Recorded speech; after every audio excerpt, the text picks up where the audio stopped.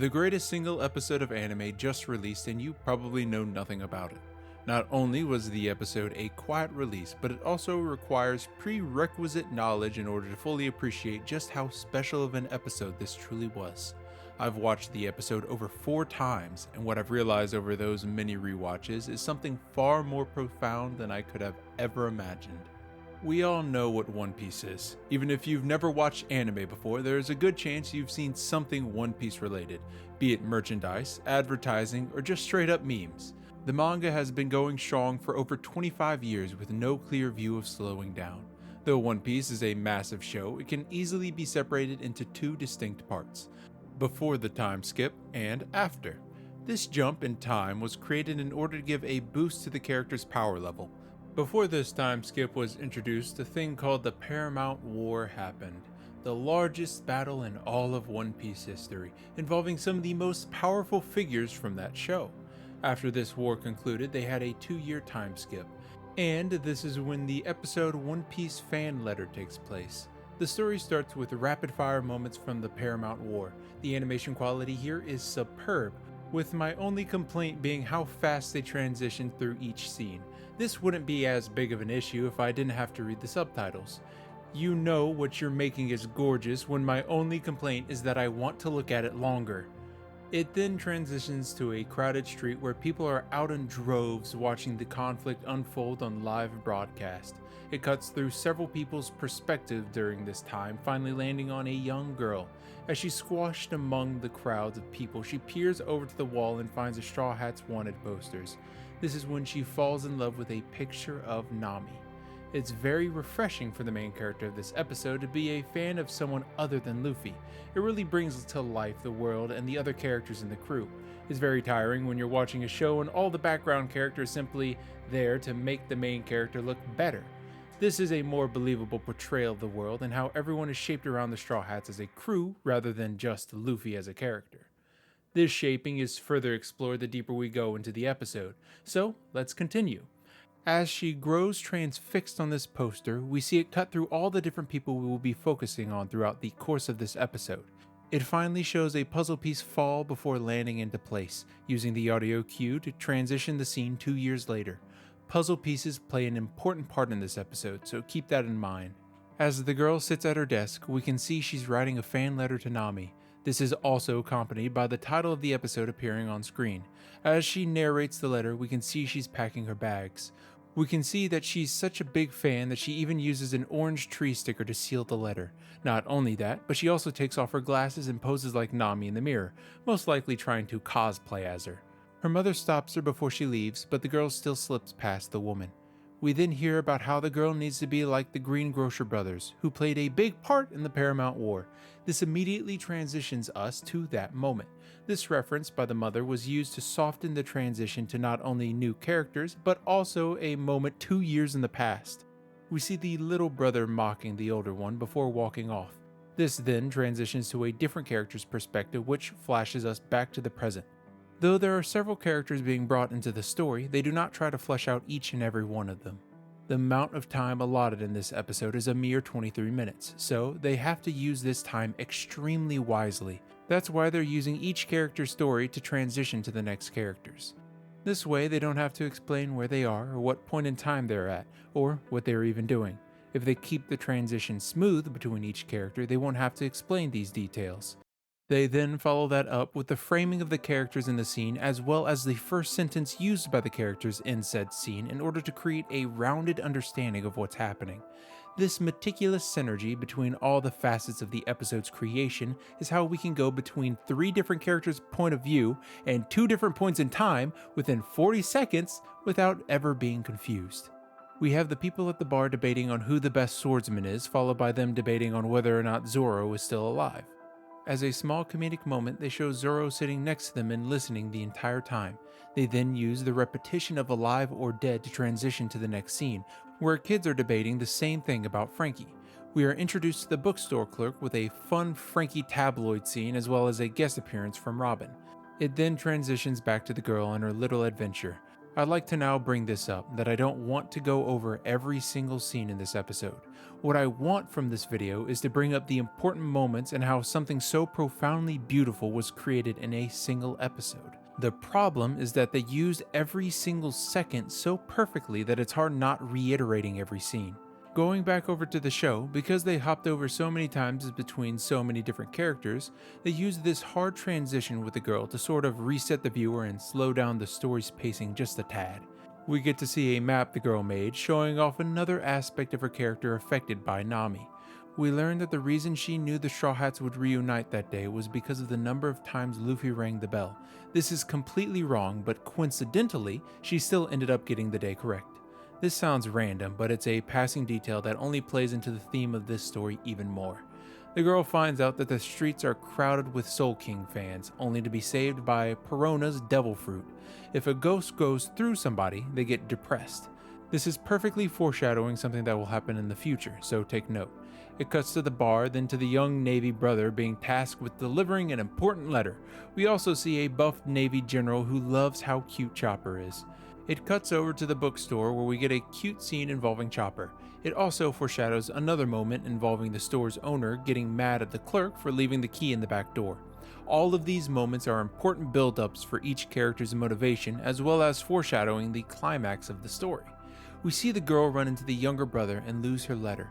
The younger brother, thinking that it was the letter the general gave him, picks it up and leaves. As she calls out to the brother, a Navy soldier steps on her hand. The girl recoils from the pain only to be stunned by the size of the soldier. He remarks how a worthless roadside pebble should remain in the shadows. After saying this, he steps on her drawing and leaves. He is the antithesis of what the girl sees in Nami, who we learn later that he is a rich, pompous soldier who hates the pirates. Where he believes only in his hierarchical placement in the world, Nami defiles that idea. As stated when the girl was writing the letter, she loves how Nami is capable of standing in the same league as other pirates even though she lacks a devil fruit. Unlike the soldier who was gifted this title at birth, Nami earned it through her own decisive actions. It's only fitting that, while the girl is on the verge of tears, the person who comes to her aid happens to be the other person in the Straw Hats Pirates without a devil fruit, Usopp. Usopp and Nami are pretty much in the same league as one another, so it's nice to see that he's the one helping her. He gives her a magic phrase to tell the barkeep, and in Usopp fashion, it doesn't work. We have more arguing based on who the greatest swordsman is, until suddenly Sanji asks why nobody is talking about him. Everybody laughs and they all get bopped for it by Sanji. The comedy in this episode all hits so good. It's impressive how funny each of these scenes are. You think that some of these jokes wouldn't land because of the language barrier, but that's simply not the case. Most of the jokes are situational based, not word based, so they are funny regardless of what language you watch it in. The girl sneaks under the table and learns that there are 2 letters in the man's bag. Just as she reaches for her letter, the man stands up to greet his older brother.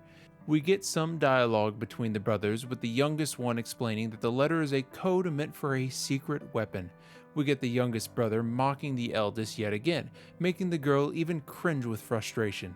The eldest brother comments internally how he dislikes his younger brother.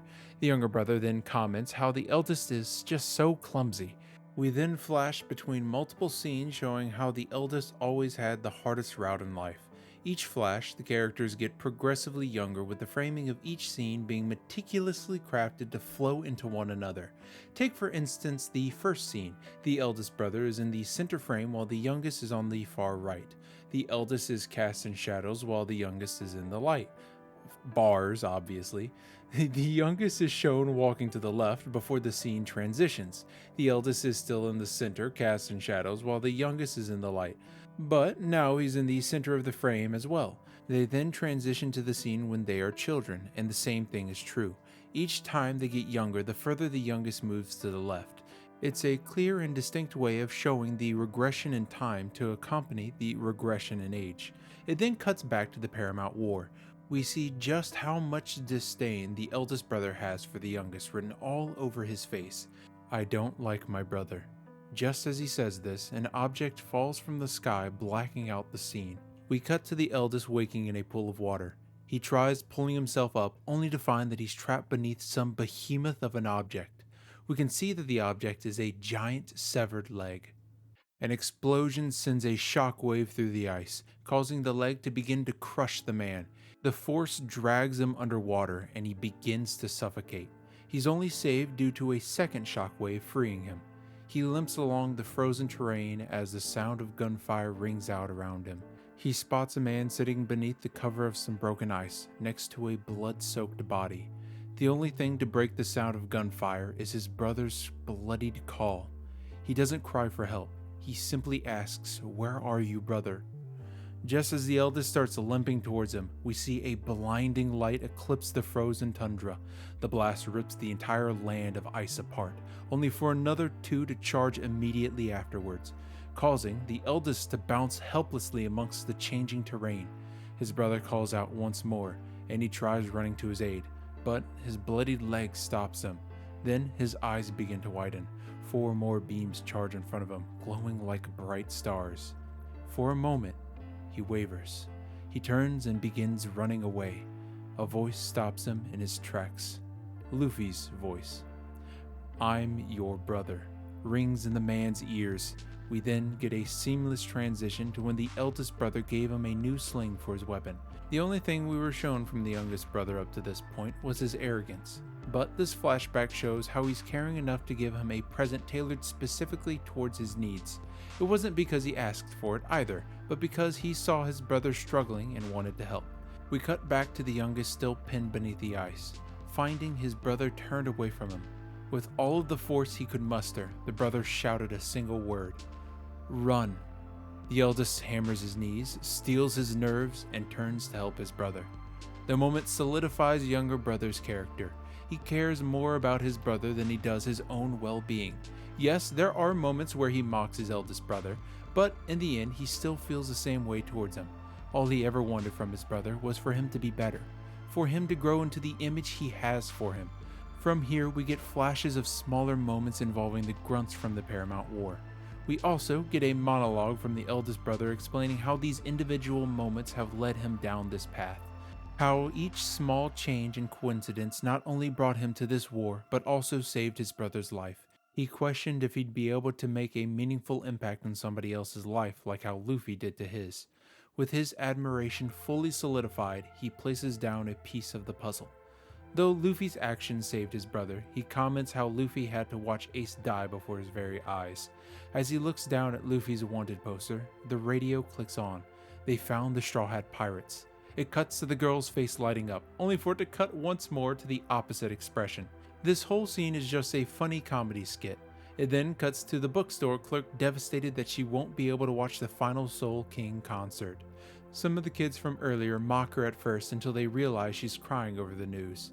It then shows the girl running into a pacifist robot. Luffy takes it out in one blow, mirroring the episode that this one is running congruently with. If you don't know, or remember, this episode follows the same period in time as a similar episode. The only difference is that the other episode follows the Straw Hat's perspective while this one follows completely different characters. The older brother comments how he's happy to see Luffy is doing okay. The general rushes out of the office to help stop the Straw Hats, and the kids tell the clerk that they will take her to the Straw Hat ship in order to see Soul King.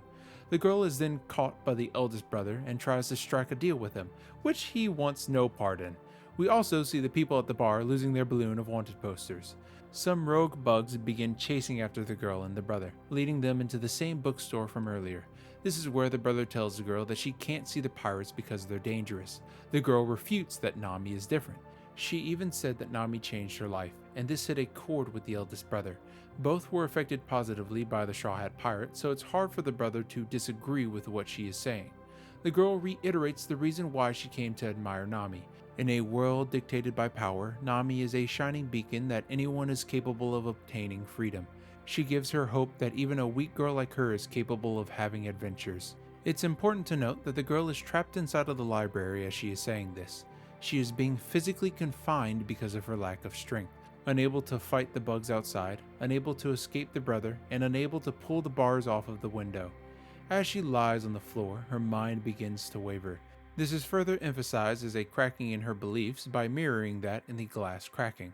The brother says he can't let her meet the Straw Hats, but he'll help her see them. He then points down to a key sticking out of the secret back door. This calls back to when the bookstore owner told the clerk to stop forgetting the key in the back door. It then cuts to this moment for half a second. It shows both the girl and the brother placing down a piece in the puzzle, leaving only one piece left. It cuts to the younger brother being held back by the crowd of Soul King fans, with him also spotting Luffy. We then see the brother carrying the girl on his back. The girl comments how the brother seems to have changed. Just as he begins telling her about the influence Luffy had on him, the girl spots a ghost. She barely dodges it, being a great callback to earlier in the episode when she was hit by the ghost. It both foreshadowed this moment and also gave a reason as to why the girl knew she had to dodge the spirit. As she races towards the ship, we can hear the music swell along with her excitement. Just as the ship comes into view over the rolling hillsides, the music fades away. We then see this hulking giant with his massive hand in the girl's path. The background fades to white as the color of the girl's face washes out with a gray hue. We can even see, for a brief moment, the man's hand reflected in the girl's eyes. In an instant, he stops her in her tracks. The same Marine from earlier in the episode is the same man snuffing out her dreams to meet her idol. We hear from the other soldiers how he's a spoiled rich kid, and the man angrily remarks how he will be the one to make a name for himself by killing the Straw Hat Pirates. The girl desperately struggles for freedom, but to no avail. The sound of cannon fire pulls the girl's attention back to the Straw Hat ship, watching as it gets bombarded by cannon fire. She pleads for her idol's life, only to be slammed into the ground. The puzzle pieces scatter as she desperately tries grasping at them. Even the single one she manages to grab fades through her hand, as if, regardless of how much she struggles, she will never obtain her goal. Just like that, her dreams crumble. She's forced to watch as the person she idolizes dies before her very eyes, and there's nothing she can do to stop it. I did notice this while editing, so I'll try to make it quick. Throughout the entire video, I made a couple notes referring to the light and dark in the episode and how the darkness was mostly representative of her losing her dream or losing her beliefs that Nami has taught her when it comes to being able to achieve your own freedom regardless of power and strength that you have as a person, which is normally brought about when somebody else inflicts their own beliefs onto her and force her to do something against her own will, ultimately getting rid of the freedom that she wants to acquire. This part is really representative of all of that coming together and her fully losing it, since it shows her cast in a light. Before it fades away, it shows all of her dreams and everything that brought her up to this idea of freedom being immediately just stripped away from her, with the last bit of hope being that picture of Nami. I would also like to bring up, while I have you, that the part in the story where she was trapped in the bookstore when she was lying on the ground and it showed the glass crack, if you look at it, you can also tell that she's on the edge of the light. Her back is to the darkness, which is her beliefs crumbling around her. And I brought it up before, but that's still representative of the glass cracking. That hope in the light is cracking and starting to turn into darkness. So yeah, that is something that I thought was really important to the story that I noticed while editing, and I tried doing it throughout the notes, but this part, I just had to bring it all together. So I'll go back to Cammy. We see the sun setting on her desk as everything pertaining to the Straw Hats are stripped away from her. The last thing left is a single picture of Nami on the center of her wall. The picture that started everything. No matter how hard she struggles that day, the number of obstacles she overcame, the days of preparation, she was still unable to deliver her idol a single letter. She reaches from the shadows to the light, only to be forced back down by the man. This is yet another callback, which the man echoes that a weak pebble should remain in the shadows. The music begins to pick up as she spots the younger brother sprinting towards the ship. Once more, the sound of puzzle pieces begins sliding into place. Everything she went through that day, what she overheard and what she saw all began coming together. Suddenly, in a quarter of a second, 3 more hands slide into frame.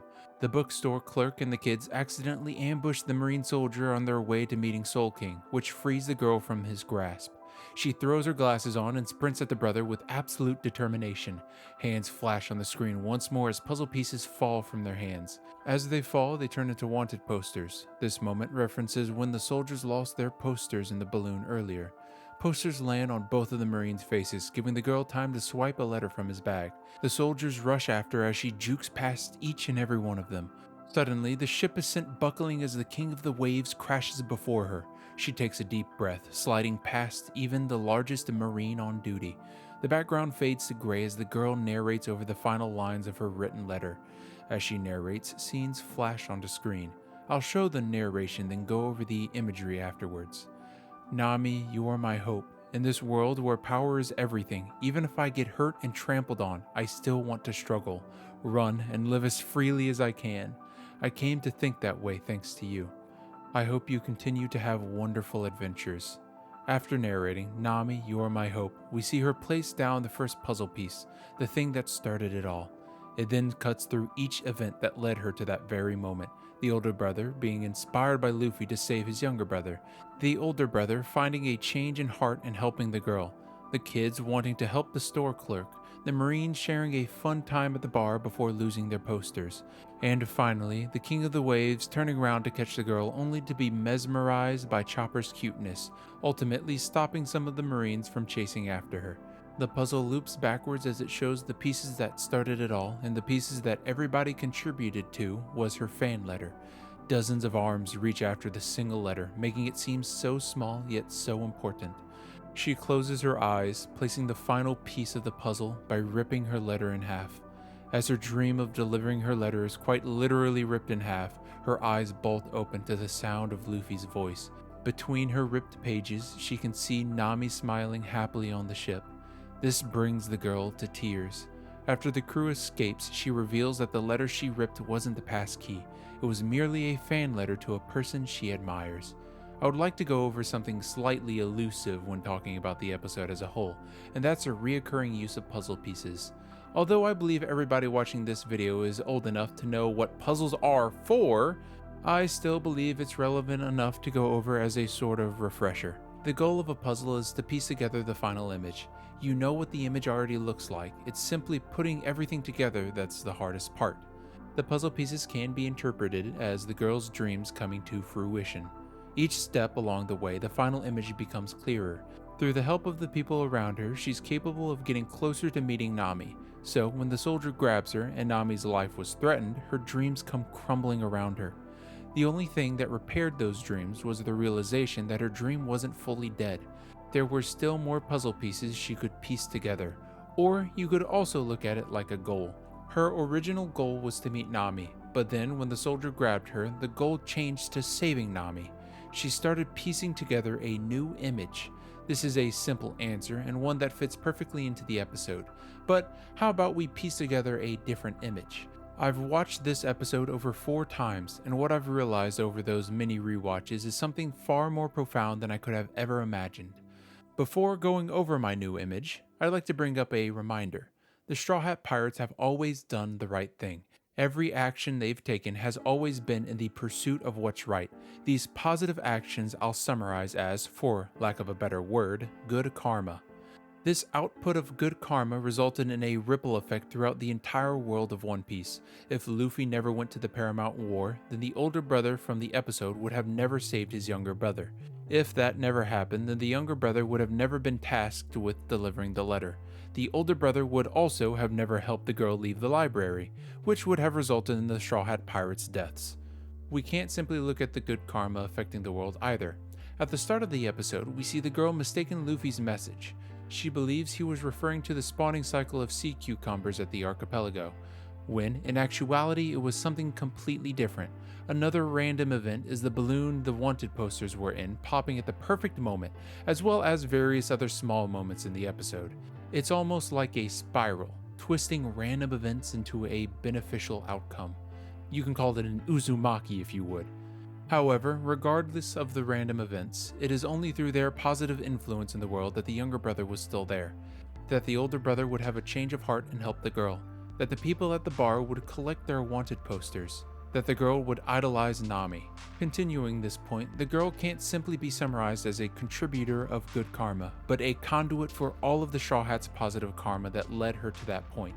This is most apparent when analyzing her final actions in the episode. In order to save her idol, she had to sacrifice the reason she went on that journey in the first place. But the moment she sacrifices her own desires, she's able to see the person she loves. At the very beginning of the episode, the girl remarks how she wanted to thank Nami for letting her believe she can go on adventures too. She admires how Nami, with no devil fruit powers, is capable of outsmarting pirates in a world ruled by strength. Even though her main goal was to simply thank Nami for allowing her to believe, she actually was able to do it. She traveled throughout the entire town, ran from monsters, got help from other people, entered areas with massive fights. Even at the climax of the episode, a young girl was capable of outsmarting the military, the very reason she idolized Nami.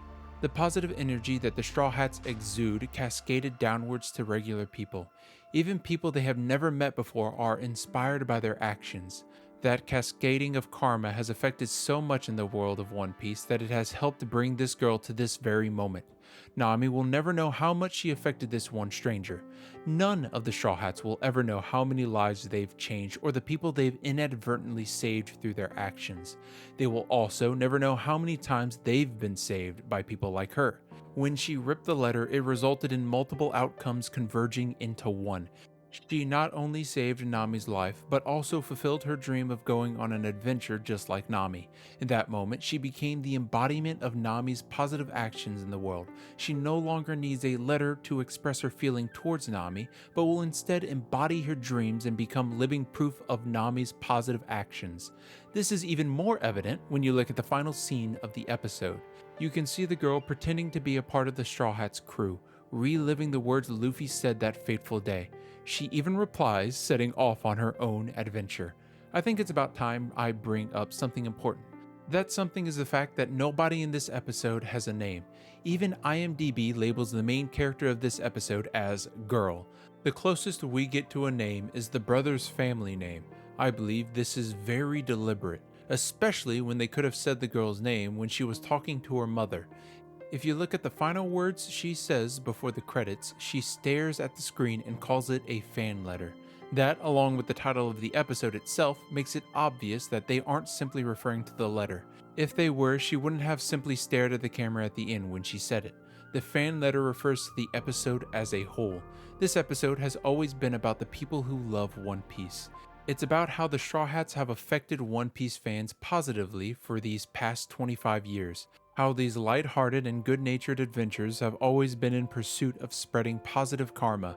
This episode is a thank you to all of the fans watching. It's an episode attempting to embody the fans' love for this show. And in all honesty, it's the greatest standalone episode I have ever seen. So I think they did a good job. I haven't even gone over the beautiful animations, the beautiful incorporation of the soundtrack, the incredible voice acting, the character acting. Speaking of which, the way they animate the girl in this show gives her so much life. There are several scenes I absolutely adore where she either does a funny face or a goofy pose. The episode doesn't even focus entirely on her, but because they understand the character so well, she's better developed than 90% of movies nowadays with a micro fraction of the amount of time. If you've gotten this far, please leave a like and subscribe if you liked the video. I'd also like to hear your opinion on the episode. Also, if I missed anything, feel free to include that down below. No matter how many times I've watched this episode, I can't help but find more Easter eggs or reasons to love it. Now, instead of doing my normal outro, I feel like this requires something special.